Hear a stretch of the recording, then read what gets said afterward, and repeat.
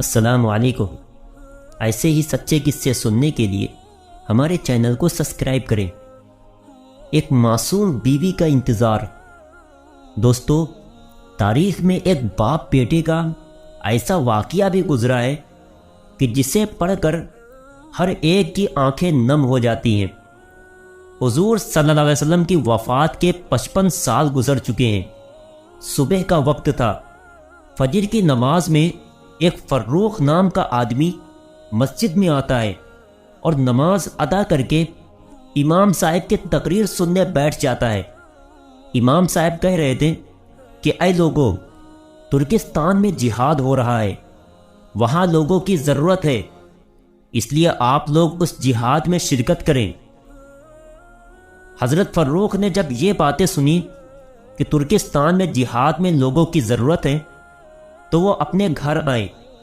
ان کی ابھی نئی نئی شادی ہوئی تھی۔ انہوں نے اپنی بیوی سے کہا کہ میں اللہ کے راستے میں جہاد پر جانا چاہتا ہوں۔ بیوی نے کہا کہ آپ یہ کیسی باتیں کر رہے ہیں؟ میرے پیٹ میں آپ کا 2 مہینے کا بچہ ہے، اگر آپ مجھے اکیلا چھوڑ کر چلے جائیں گے تو میرا اور میرے بچے کا کیا بنے گا؟ فروخ نے کہا کہ اے اللہ کی بندی، تو اللہ پر بھروسہ رکھ، اور یہ میرے پاس 4000 دینار ہے، انہیں تو اپنے خرچے میں لانا، اور میں 4 مہینے میں واپس آ جاؤں گا۔ بہت کہنے کے بعد بیوی نے کہا ٹھیک ہے، لیکن جلدی واپس آنا۔ اور پھر اسی دن فروخ نے اپنا جہاد کا سامان تیار کیا اور شام ہوتے ہوتے اپنا گھوڑا لے کر گھر سے نکلنے لگے۔ شوہر کو جاتا دیکھ بیوی کی آنکھوں میں آنسو بھر آئے۔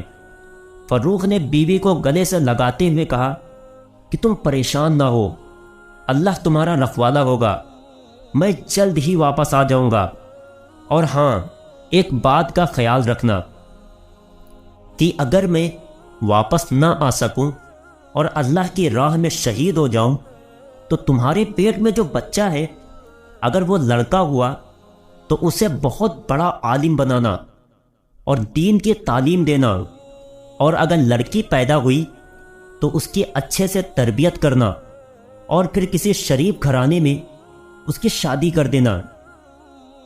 اتنا کہہ کر نم آنکھوں کے ساتھ فروخ نے اپنا سامان اپنے کندھے پر لیا اور گھوڑے پر بیٹھ کر چل دیے۔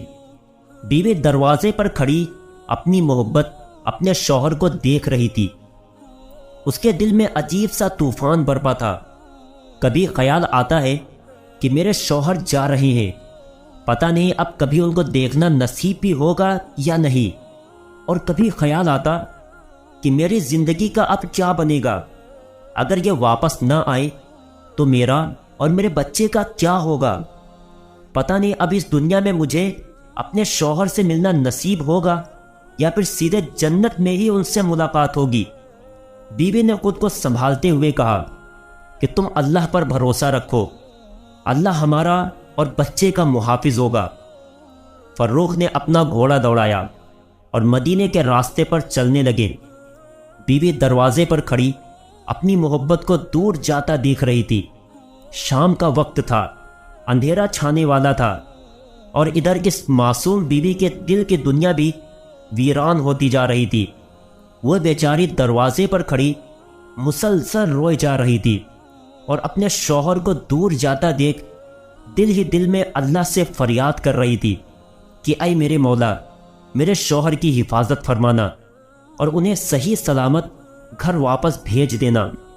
اچانک دور ایک گلی سے فروخ نے اپنا گھوڑا دوسری طرف موڑا اور وہ بیوی کی نظروں سے چھپ گئے۔ ادھر بیوی دروازے کے پاس ہی بیٹھ کر سسک سسک کر رونے لگی۔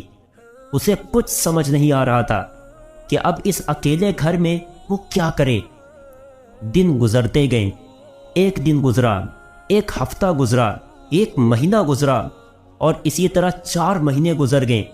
بیوی بھی بیچاری انتظار میں بیٹھی تھی کہ اب 4 مہینے گزر چکے ہیں، انہوں نے وعدہ کیا تھا کہ 4 مہینے بعد میں واپس آ جاؤں گا، اس لیے اب کسی دن میرے شوہر ضرور واپس آ جائیں گے اور میری زندگی میں پھر سے خوشیاں بھر جائیں گی۔ لیکن اسی طرح پورا سال گزر گیا شوہر واپس نہیں آئے اور ان کی کوئی خبر بھی نہ ملی۔ کئی سال گزر گئے۔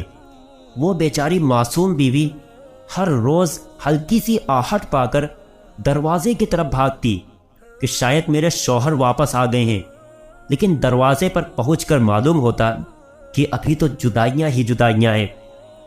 بیوی انتظار کرتی رہی اور مدینہ میں ہر آنے جانے والے سے پوچھتی کہ تمہیں میرے شوہر فروخ کے بارے میں کچھ پتہ ہے، لیکن سبھی لوگوں سے صرف ایک ہی جواب ملتا کہ ہمیں فروخ کی کوئی خبر نہیں کہ وہ کہاں ہے اور کس حال میں ہے۔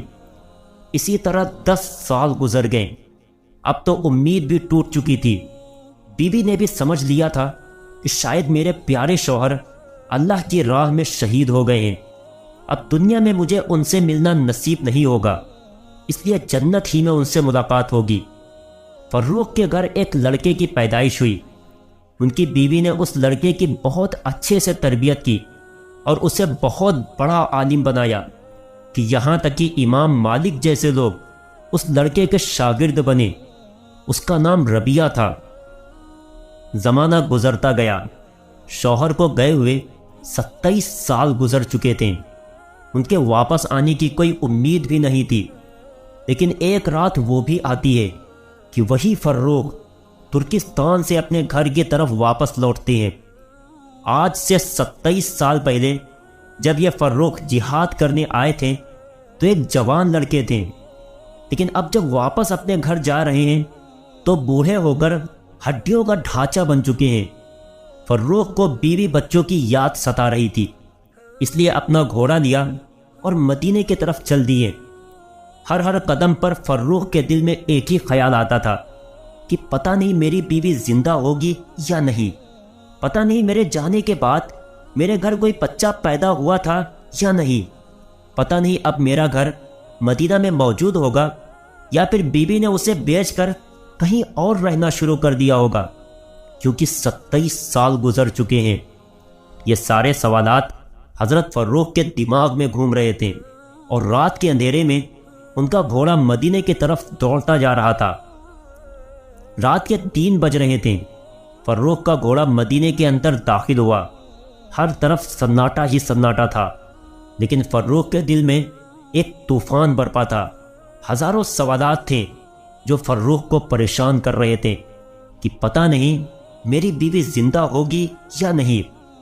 فروخ نے اپنے گھوڑے کی رفتار دھیرے کر لی اور خاموش لفظوں کے ساتھ آہستہ آہستہ اپنے گھر کی طرف بڑھنے لگے۔ چلتے چلتے اپنے گھر کے پاس پہنچ گئے۔ رات کا وقت تھا، گھر کی دیواریں زیادہ اونچی نہیں تھی، اس لیے فروخ نے اپنے گھوڑے کو ایڑ لگائی اور گھوڑا چھلانگ لگا کر گھر کے آنگن میں جا کھڑا ہوا۔ ایک نوجوان لڑکا بیچ آنگن میں چارپائی پر لیٹا سو رہا تھا۔ جب گھر میں کسی کی آہٹ ہوئی تو وہ لڑکا اٹھ بیٹھا۔ اس نے دیکھا کہ اس کے گھر میں ایک اجنبی آدمی ہاتھ میں تلوار لیے کھڑا ہے۔ اس لڑکے نے سمجھا کہ یہ کوئی چور ڈاکو ہے، اسی لیے تیزی سے اٹھ کر اس نے حضرت فروخ کا گریبان پکڑ لیا اور کہنے لگا کہ تمہاری ہمت کیسے ہوئی میرے گھر میں پھاندنے کی؟ تم کون ہو؟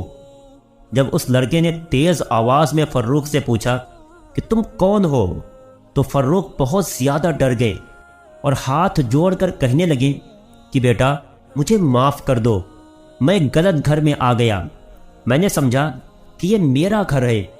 اس لڑکے نے کہا واہ بوڑھے دادا جی، چوری اور اوپر سے سیدھا چوری، ایک طرف میرے گھر میں بغیر اجازت پھاند کر آ گئے ہو اور اوپر سے کہہ رہے ہو کہ یہ میرا گھر ہے۔ تمہیں شرم نہیں آتی کہ اتنے بوڑھے ہو کر کے مسلمانوں کے گھروں میں رات میں بغیر اجازت پھاندتے ہو؟ فروخ بہت بوڑھے ہو چکے تھے اور جسم پر جھریاں پڑ گئی تھیں، اس لیے اس نوجوان لڑکے کی گرجتی آواز سن کر وہ کانپنے لگے اور ہاتھ جوڑ کر کہنے لگے کہ بیٹا مجھے معاف کر دو، مجھ سے بہت بڑی غلطی ہو گئی، میں ابھی تمہارے گھر سے واپس جاتا ہوں، مجھے چھوڑ دو۔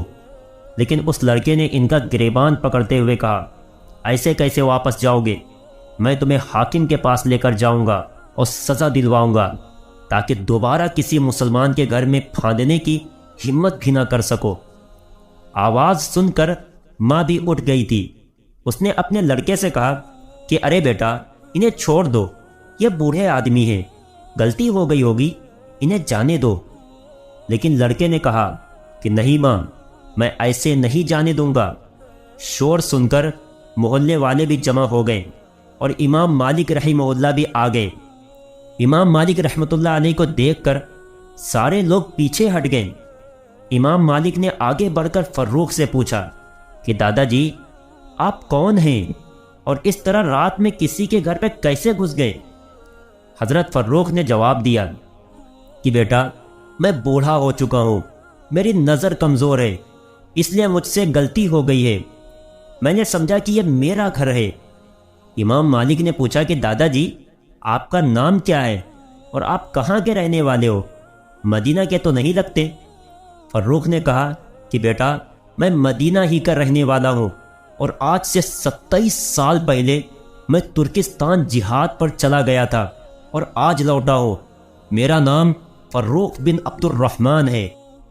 گھر کے اندر سے فروخ کی بیوی یہ سب جھگڑے خاموشی سے سن رہی تھی، لیکن جیسے ہی ان بوڑھے دادا کی زبان سے سنا کہ میرا نام فروخ ہے، تو گھر کی چھت سے کھڑکی کھول کر اپنے شوہر کو دیکھا۔ بیوی کو اپنے شوہر کے بوڑھے چہرے میں وہی جوان چہرہ نظر آنے لگا۔